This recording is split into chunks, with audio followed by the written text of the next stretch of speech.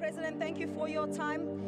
The issue of immigration is at the top of South Africans' minds. 30 June is a deadline that has been set for you. Don't you have your own deadline? Well, I have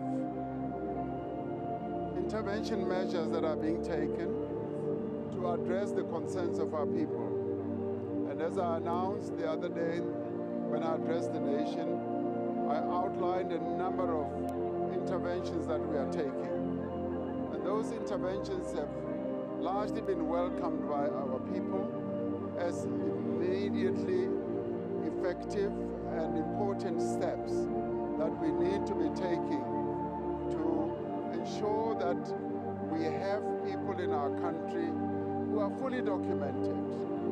So, as I said, no South African must take any action against any person from any of our African sister countries. That is the responsibility of government and government officials. So the so-called 30th of June, in my view, is not an event that is even necessary because we are addressing the challenges that our people are facing. And we must not allow South Africans to be duped and to be misled by those who want to foster instability in our country. And we will not allow that. So security forces in our country are going to ensure that there is no instability and there's no disruption of the lives of our people. But government is continuing the interventions that we announced. President Samkela from the SABC, two questions on my side. Is the issue of illegal immigration being used as a political football by some in order to influence the upcoming local government elections on the 4th of November?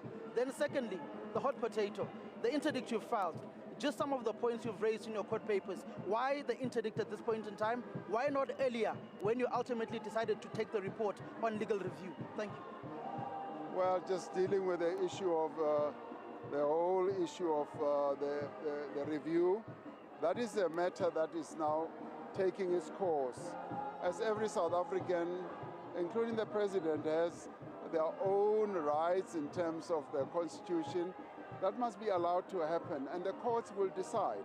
It's not my decision.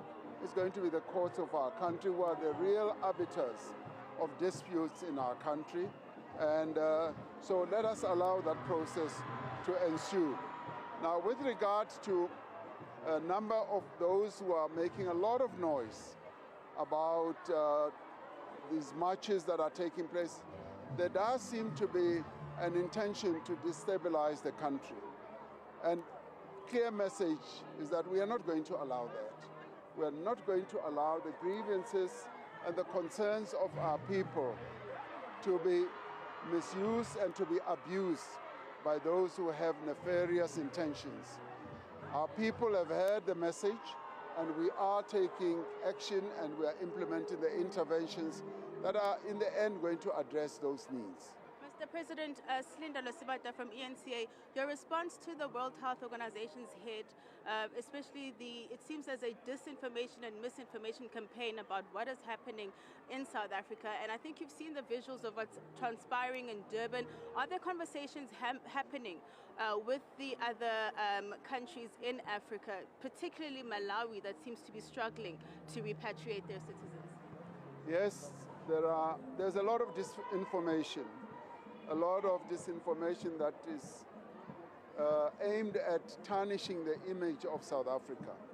We have explained fully the challenge that we have of immigration in our country, and many other countries around the world, including our own continent, have their own challenges of immigration. The one thing that South Africans are not is xenophobic. South Africans are not xenophobic, and we are addressing their concerns. And I spoke to the president of Malawi just a few days ago, and he said to me, we understand the challenge and the problems that you are facing, and we are with you, and we are there to support you, and we will work with your government to enable those who want to leave and those who may be undocumented to leave peacefully. And that is a commitment I gave him.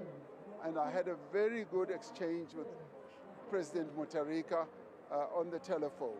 And we have also said that we are going to have time to meet. Now, my envoys are going to be leaving to various countries on the continent to deal specifically with the disinformation, with the position that government has taken on this issue.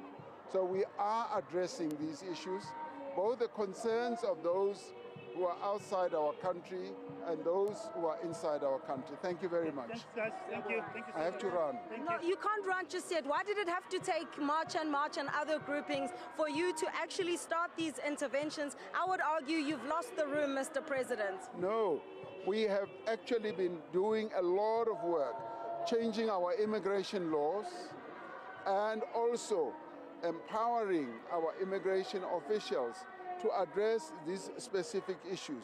And of course, the challenge of immigration that we're facing is in the end an economic one, because those who come to our country are in the main economic migrants or refugees.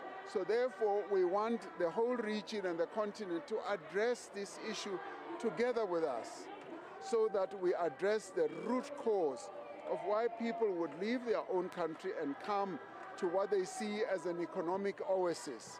And so as we address these problems, we are making advances, and now we are getting more and more stronger as we address these problems. It's not See you on the 30th. Where will you be on the 30th of June? Will you be in the country? I haven't checked my diary. Yes, I will be here, home. All right. Okay. Okay, Mr. President.